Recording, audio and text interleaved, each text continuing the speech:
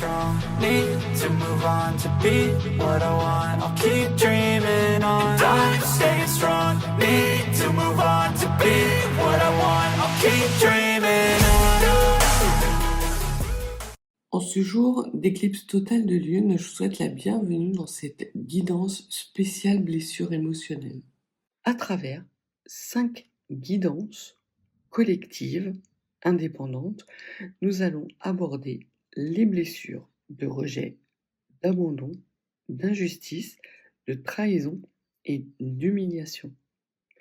Cela va vous permettre d'avoir peut-être un éclairage par rapport à une difficulté que vous rencontrez au quotidien. Évidemment, ces guidances sont collectives, elles ne dispensent pas d'un avis médical et surtout d'un travail en profondeur avec un professionnel de santé. Maintenant, abordons la blessure de trahison ou comment reconstruire de la confiance.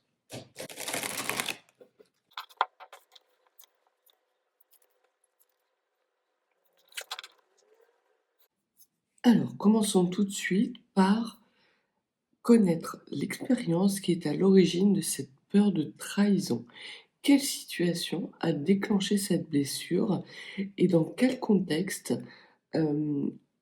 avez-vous ressenti cette blessure de trahison ou une trahison qui vous a suffisamment marqué pour laisser des stigmates en vous? Alors, on parle de 7 d'épée. Le 7 d'épée nous parle de sournoiserie, de trahison, de ruse, potentiellement d'association peut-être de malfaiteurs et quelque part aussi d'une certaine forme de renoncement. Donc là, vraiment, l'origine de cette trahison a été, c'est pas une trahison que vous avez interprétée ou une situation que vous avez interprétée comme une trahison. Vous avez bien été trahi par un groupe de personnes qui a agi dans votre dos, des personnes qui étaient qui faisaient pas forcément partie de votre cercle proche, puisque l'on voit que là, il y a quand même plusieurs félins.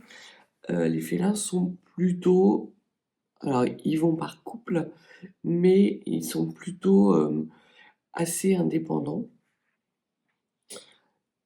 Ce que l'on voit, c'est qu'il y a eu beaucoup de personnes qui ont participé à cette trahison. Ça a été quelque chose d'obscur, vraiment une situation qui s'est tramée dans votre dos, des manigances, des paroles qui ont été dites. J'ai l'impression qu'il s'agirait plutôt d'un contexte professionnel, ou du moins peut-être à l'école, puisque c'est une blessure qui est quand même assez ancienne. Il y aura ces 2 notions-là. Il y aura pour certains et certaines d'entre vous cette notion d'enfance, d'école difficile, peut-être que dans la cour de récréation, vous étiez mis volontairement à l'écart des autres et que vous aviez cette sensation que les autres parlaient dans votre dos. Et ce n'était pas qu'une sensation, c'était vraiment la réalité de ce que vous viviez. Pour d'autres, ça va être une blessure ou une trahison qui est un petit peu plus récente, qui peut remonter au début de votre activité professionnelle où effectivement vous vous êtes retrouvé seul et désemparé dans une situation où un environnement professionnel a fait front commun contre vous. Vous étiez la personne à abattre parce que vous étiez la personne qui dérangeait. Donc voilà les 2 origines possibles que le 7 d'épée m'évoque sur effectivement cette trahison sournoise qui a été faite dans votre dos et qui a eu pour conséquence aussi de provoquer une perte. Alors, c'est une perte de confiance, c'est clair, mais peut-être même une perte physique. Peut-être avez-vous été spolié. Pour les personnes qui ont été trompées et dupées dans leur entourage professionnel, vous aurez pu ainsi passer à côté d'une opportunité de d'upgrade de votre poste. Vous avez des responsabilités qui peut-être vous sont passées sous le nez par rapport à des manigances. Pour des personnes pour lesquelles ça s'est passé durant l'enfance, on voit qu'il y a eu une trahison qui a été suffisamment importante de la part de camarades de classe pour soit vous faire changer d'école, soit vous faire redoubler. Donc on parle de personnes qui ont quand même maintenant un certain âge, puisque les redoublements maintenant ne sont plus systématiques comme il y avait autrefois. Donc soit vous avez été vraiment amené à devoir changer d'école, peut-être même que c'était limite harcèlement. Ce que maintenant on appelle du harcèlement scolaire, de la part de camarades de jeu. Alors, la deuxième carte va nous parler de comment cette blessure qui a pour origine soit ce harcèlement, soit cette opportunité d'évolution de carrière que vous n'avez pas pu saisir du fait de ces personnes, comment elle se manifeste dans votre vie actuelle. Quels comportements ou quels schémas répétitifs sont influencés par cette peur? On parle du diable. C'est un arcane majeur. Un arcane majeur, donc ça veut dire qu'il y a vraiment des répercussions extrêmement importantes dans votre vie et que vous avez peut-être, par rapport à cette trahison, des comportements toxiques de type usage de produits. Alors je vais parler de drogue en général, mais ça englobe tout. Ça peut être le tabac avec une forte consommation de tabac, ça peut être de l'alcool, ça peut être des drogues douces, des drogues dures. En tout cas, on voit qu'il y a pour vous la nécessité d'apaiser justement cette blessure émotionnelle en utilisant des tranquillisants, des drogues. Voilà. Pour certains et certains d'entre vous, ça peut même aller jusque des antidépresseurs qui sont consommés de façon un peu exagérée. Pour d'autres, ça peut être amené à avoir des comportements répétitifs de l'ordre de pulsions toxiques, de schémas répétitifs. Vous reproduisez ce que vous avez subi, en fait.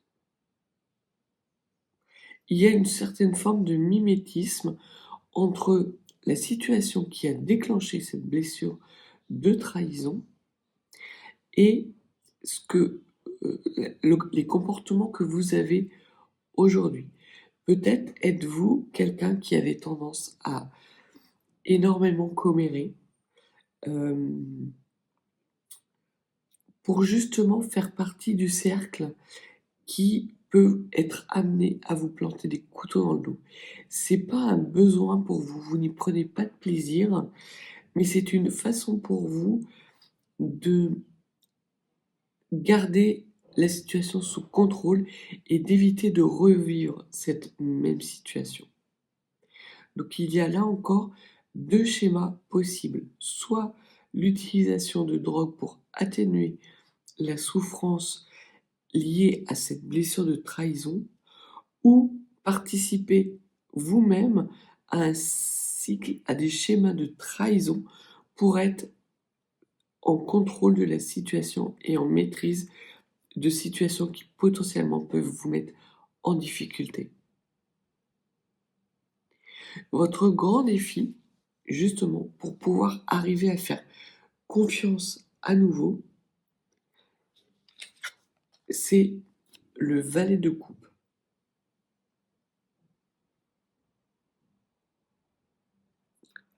Le valet de coupe nous parle d'arriver à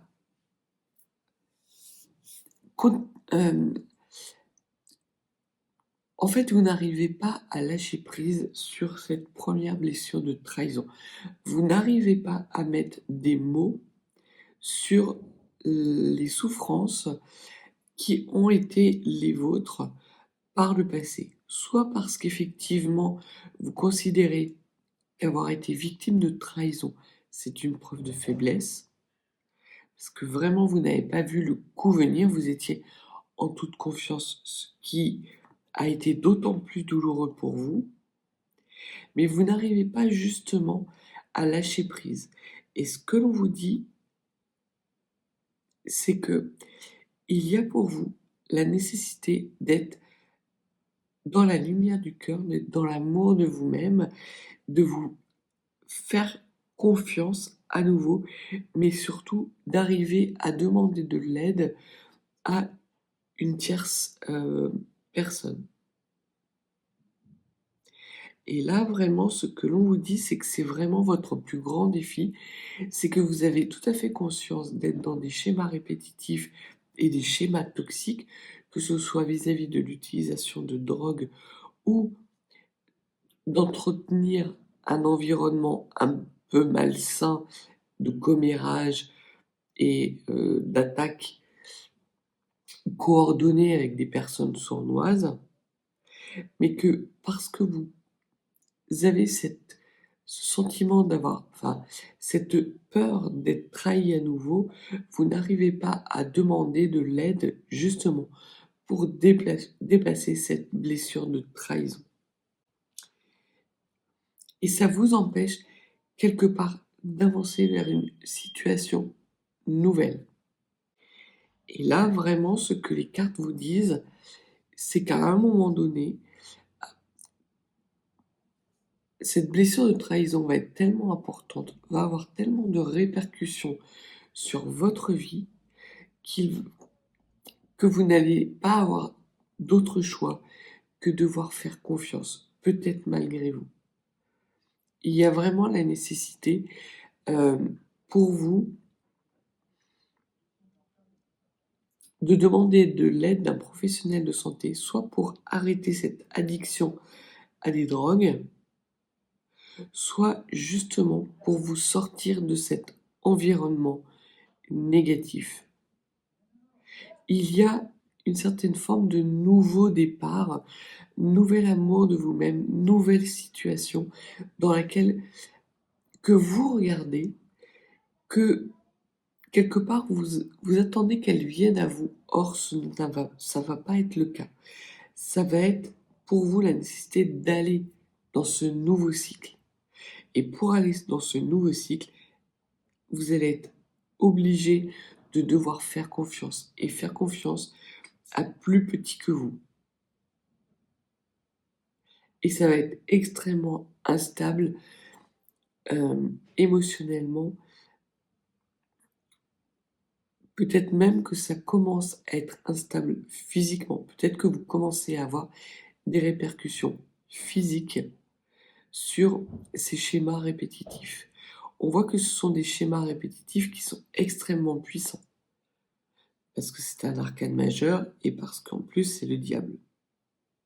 Donc là on parle vraiment de choses instinctives, quelque part gravées dans le marbre, profondément inscrites en vous.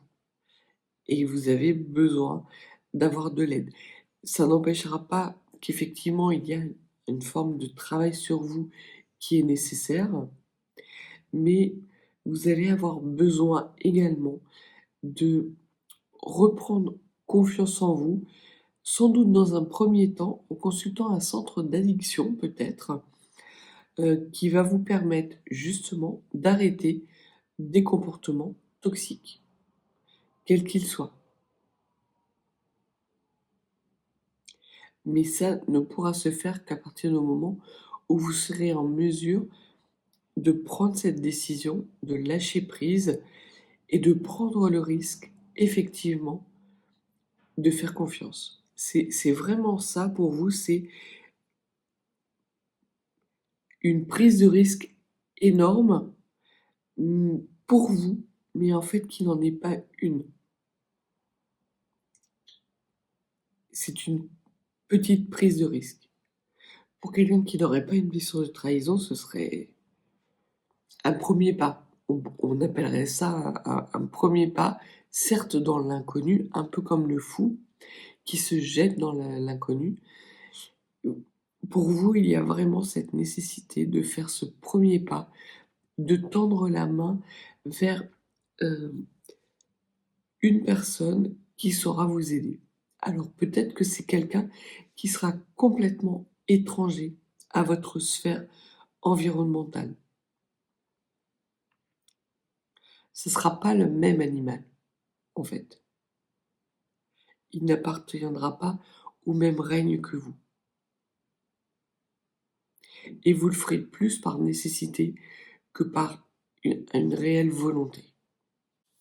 Ce que vous devez comprendre maintenant pour pouvoir espérer avancer, quels sont les enseignements de cette blessure profonde? Parce que toute blessure, c'est comme une médaille. Il y a une face sombre, mais il y a aussi une face claire. Donc il y a des enseignements sur lesquels vous pouvez vous appuyer justement pour transcender cette blessure de trahison. On vous parle de 10 d'épée. 10 d'épée, c'est que vous avez su, par rapport à cette première blessure, mettre en place des comportements, alors certes compulsifs, addictifs, mais des comportements qui vous ont permis de ne plus revivre cette blessure de trahison. Et ça, c'est une force, parce que maintenant, vous êtes tout à fait en capacité, vous avez une intuition.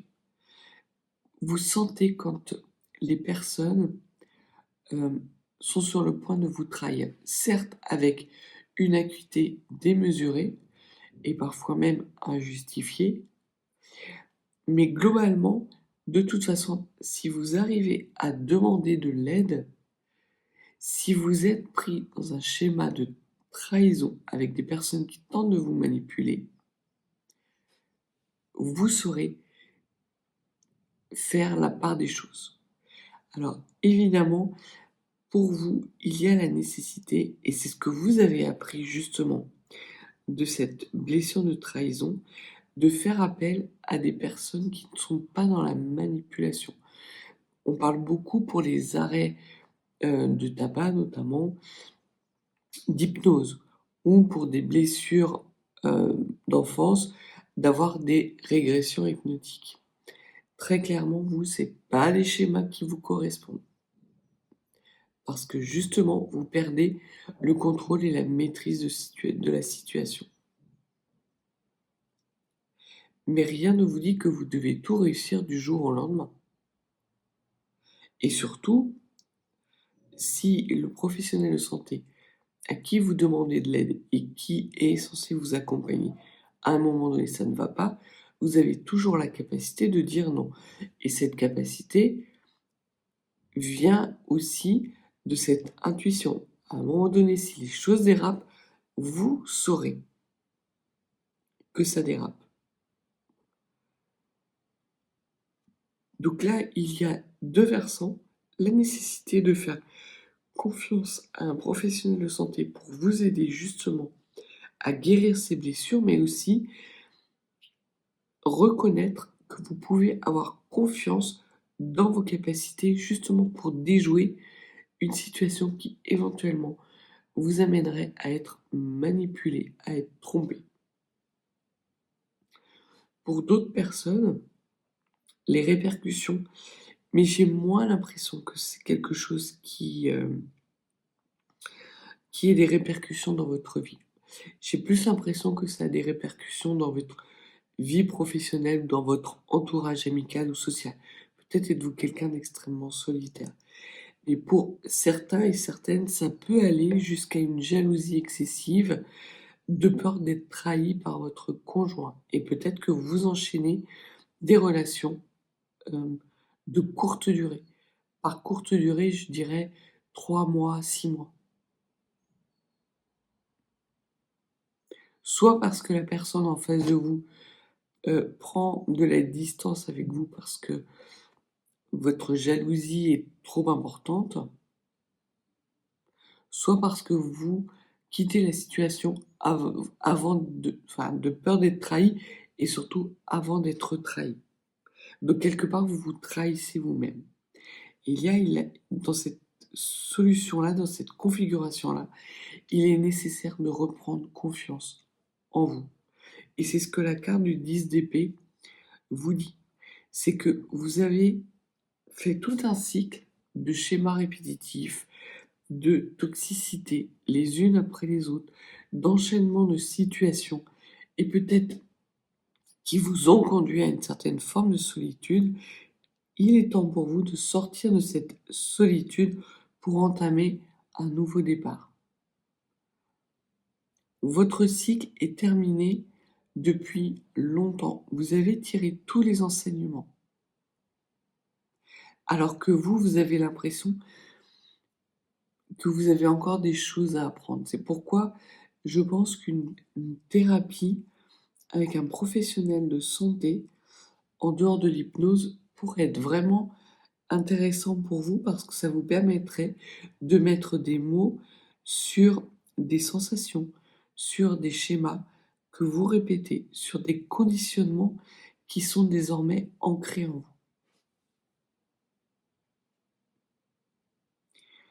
Nous allons maintenant aborder une action qui pourrait être une piste de réflexion afin justement de reconstruire votre confiance. L'as de denier. L'as de denier, c'est un nouveau départ. Mais c'est un nouveau départ qui est lent. Le denier, la série des deniers, c'est la série la plus lente. Ce n'est pas l'as de bâton, ce n'est pas l'as d'épée. L'as d'épée nous parle de trancher définitivement avec une situation. Non, il n'y a pas nécessité pour vous de vous extraire d'un environnement, mais bien d'envisager un nouveau départ. Après justement ce cycle souffrant et quelque part de nourrir ce qui est bon pour vous, de nourrir justement cette confiance, un petit pas après l'autre. C'est ça votre richesse. Et c'est ça qui va vous permettre justement de reconstruire votre confiance en vous et de vous inscrire dans un processus de guérison. Alors, c'est un petit pas qui peut être de l'ordre de écrire une lettre de pardon, par exemple, à la ou les personnes qui vous êtes trahi. Vous n'êtes pas obligé de lui remettre. Mais une fois que vous avez écrit cette lettre, vous accordez le pardon aux personnes qui vous ont trahi et potentiellement aussi à vous-même, vous brûlez cette lettre, ce papier. Les choses ont été dites, vous avez accordé votre pardon. Ça ne veut pas dire que vous oubliez ce qui s'est passé. Parce que si vous oubliez, vous ne sauriez pas garder l'enseignement de cette situation. Mais parce que vous pardonnez à cette personne, vous arrivez aussi à vous pardonner à vous-même et vous pouvez envisager un nouveau départ.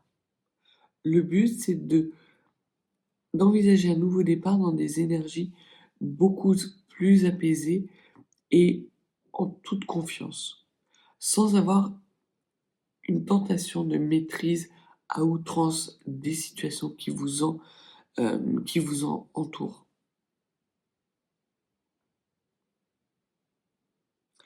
Ce que l'on peut vous dire également, c'est de faire une sorte de bilan par rapport à votre entourage et par rapport aux personnes qui vous sont chères et qui vous sont proches, de pouvoir noter votre degré de confiance par rapport à ces personnes et de noter surtout à partir du moment où vous mettez une note sur 10 par exemple, et si vous n'atteignez pas la 9 sur 10, qui dans un premier temps va être le cas, peut-être qu'il est bénéfique pour vous d'arriver à pointer du doigt pourquoi vous n'arrivez pas à dépasser telle note.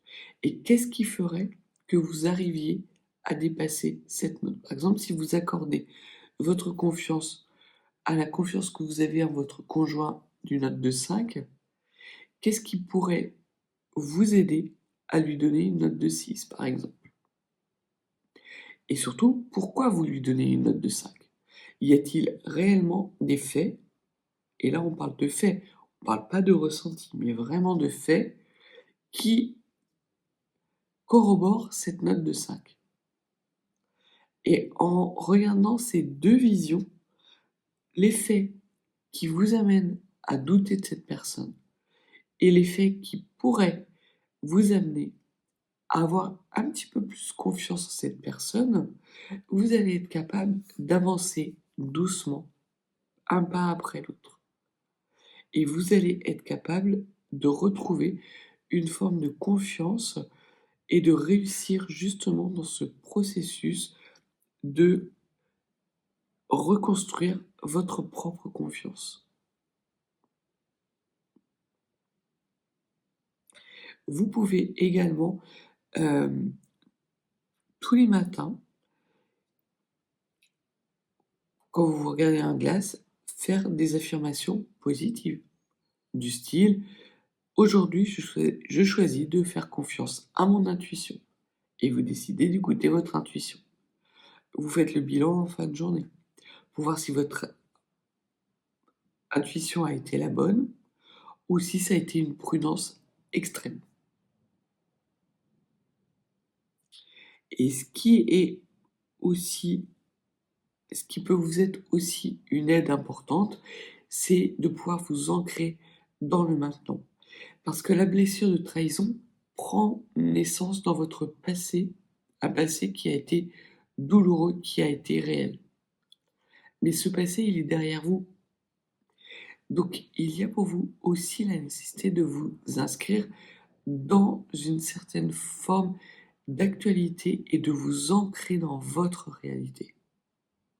Oui, vous avez été trahi, mais vous en avez tiré des enseignements. Certes, il y a des schémas toxiques que vous répétez, qui commencent à avoir peut-être des séquelles et pour lesquelles vous n'êtes pas encore capable de demander de l'aide, mais vous êtes dans l'ici et le maintenant. Donc un peu de travail méditatif, par exemple, hem, des bains purificateurs avec un bain de gros sel, par exemple, heu, voilà, ce genre de choses qui peut vous amener justement à dénouer les tensions que vous avez parce que j'ai cette sensation autour de ce tirage d'une tension perpétuelle, vraiment de cette personne qui est aux aguets, prêt à sortir les crocs et les griffes sur toute tentative de manipulation. Et ça doit être excessivement fatigant. Donc voilà ce que les cartes avaient à dire. Voyons maintenant le message des runes pour justement arriver à aller vers plus de sérénité au quotidien.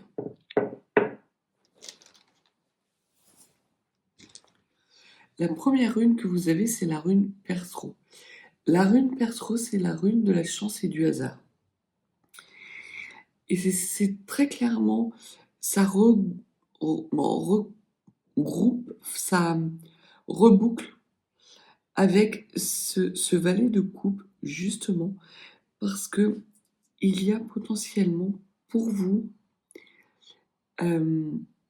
la nécessité, certes, de demander de l'aide, mais surtout d'accepter cette part de hasard.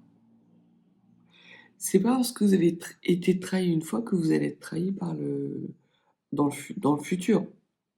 Ça peut arriver, mais c'est pas une obligation. D'autant que, étant donné que vous êtes aux aguets et que vous avez vraiment tiré la quintessence des leçons de ces schémas toxiques et de ces pourquoi, comment ça s'est passé, ce que l'on vous dit, c'est de prendre le risque, d'accepter de prendre un risque mesuré, maîtrisé pour le coup, parce que de toute façon, vous êtes une personne qui est dans la maîtrise, ce que l'on pourrait appeler contrôle fric, pas fric dans le sens argent, fric dans le sens contrôle à outrance, une sorte de rigidité. Mais justement, de mettre votre... Comment je pourrais dire pour que... Parce que j'ai vraiment l'image dans la tête, mais justement, la maîtrise que vous avez sur votre environnement, de la mettre au service d'une prise de risque. Alors, c'est une situation de dualité. Parce que si vous prenez du risque, vous n'êtes plus en maîtrise. Mais au moins de maîtriser une certaine zone autour justement de cette prise de risque. C'est comme par exemple, je vais prendre quelque chose qu'il ne faut pas faire, mais pour essayer de vous imaginer la sensation que j'ai. C'est comme des parents qui mettent une barrière en haut d'un escalier pour empêcher un enfant de descendre. Ça évite tout risque. Ça maîtrise la situation, même quand vous n'êtes pas là, même s'il faut regarder ailleurs, même si vous avez un enfant qui est extrêmement aventureux et rapide, là, il risque absolument rien. Sauf si, évidemment, vous oubliez de fermer la barrière. L'autre solution, également, est de pouvoir accompagner l'enfant à descendre l'escalier de façon sécurisée, en marche arrière par exemple. Alors ça ne veut pas dire que votre enfant ne sera pas tenté de descendre en marche avant.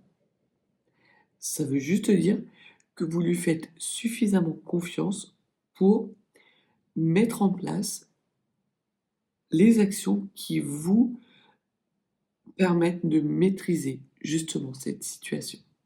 J'espère que j'ai été claire, mais c'est vraiment cette image-là, cette sensation-là. Ne mettez pas des barrières à outrance, mais plutôt profitez justement de cet esprit aiguisé qui est le vôtre par rapport à ces blessures de trahison pour sécuriser votre environnement et être capable de prendre cette prise de risque et de laisser ce hasard se manifester dans votre vie. L'autre chose qu'on vous dit, c'est que il y a pour vous la nécessité vraiment de vous arrêter 30 secondes sur cette situation. Et c'est exactement la carte de l'As de denier. Oui, il y a un pas à faire, un petit pas, mais un petit pas qui doit être maîtrisé. De toute façon, vous ne pourrez pas faire autre. Et surtout, de faire des bilans réguliers de cette prise de risque. Avancez, prenez le temps de faire le bilan, d'évaluer la situation et avancez à nouveau. Il y a vraiment ces différentes étapes parce que chaque étape va être une prise de risque. Donc, il y a la nécessité pour vous, justement, de pouvoir planifier et organiser cette prise de risque. Et pour ça, il y a la nécessité, après toute première action, tout premier pas, d'avoir ce moment d'immobilisme et d'introspection, de conscientisation, de tirer profit des enseignements, des actions que vous avez pu mettre en place. Là encore, ça ne remplace pas un travail avec un professionnel de santé, mais ça peut commencer à amorcer une sorte de bienveillance avec vous-même, de confiance en vous qui va vous permettre justement à un moment donné d'être en capacité d'accepter et surtout de demander de l'aide. Le dernier conseil des runes, c'est la rune Sowilo. La rune Sowilo nous parle d'énergie. Et je vous disais que je pense que vous êtes fatigué, que vous êtes épuisé à analyser le plan A, le plan B, puis les conséquences du plan A, qui vont vous permettre de réajuster le plan B, mais qui vont avoir d'autres conséquences. Donc il va falloir que vous mettiez en place un plan C. C'est quelque chose, en fait, qui est extrêmement énergivore. Et potentiellement, vous êtes dans une situation où il est nécessaire pour vous aussi de prendre du recul et du repos pour refaire le plein d'énergie. Donc dans un premier temps, afin de pouvoir être en capacité de retrouver une sorte de sérénité, c'est effectivement d'envisager de prendre des risques, mais des risques maîtrisés, mais surtout de vous accorder un long moment de repos pour pouvoir refaire le plein d'énergie. Vous n'y arriverez pas si vous n'êtes pas en pleine capacité. Donc voilà ce que les cartes et les runes pouvaient vous apporter comme éclairage par rapport à cette blessure de trahison. Donc vraiment, allez-y doucement, pas à pas, faites un bilan régulier. Profitez aussi de ce moment de bilan pour refaire le plein de belles énergies. Et petit à petit, vous allez être de plus en plus dans un environnement serein et vous serez capable de demander de l'aide et d'accepter surtout l'aide de quelqu'un qui saura comment vous aider à sortir de cette situation. Si vous n'êtes pas abonné, n'hésitez pas à vous abonner. Et si vous souhaitez une consultation plus privée, puisqu'il s'agit là de guidance collective, n'hésitez pas. Mes coordonnées sont en barre de description. Je vous souhaite une belle journée et je vous dis à bientôt.